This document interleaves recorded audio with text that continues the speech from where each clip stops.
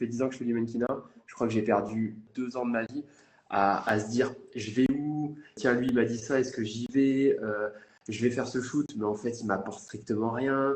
J'ai eu une sorte de perte de temps, de remise en question qui était un peu chiante.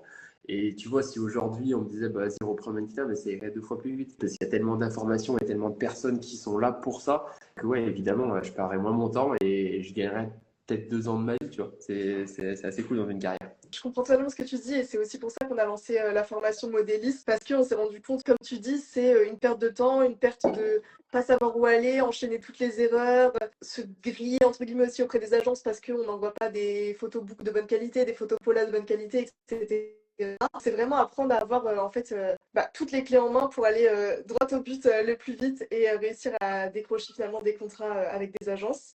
Ouais, faut se former en fait. Maintenant, genre, avant, c'était pas le cas, mais maintenant, c'est le cas où justement, il y a des formations, il y en a, il y a des livres, évidemment, il y en a, enfin, il y a Internet aussi. On a de l'information un petit peu en continu, donc faut pas hésiter justement à fouiller un petit peu, à se renseigner et si on peut, à se former avec des bonnes personnes comme notre modéliste avec vous, bien sûr. On sait que vous êtes derrière, on sait que vous formez énormément de personnes. Je suis très fier de ce que vous avez fait et ça va avec mes valeurs, donc voilà.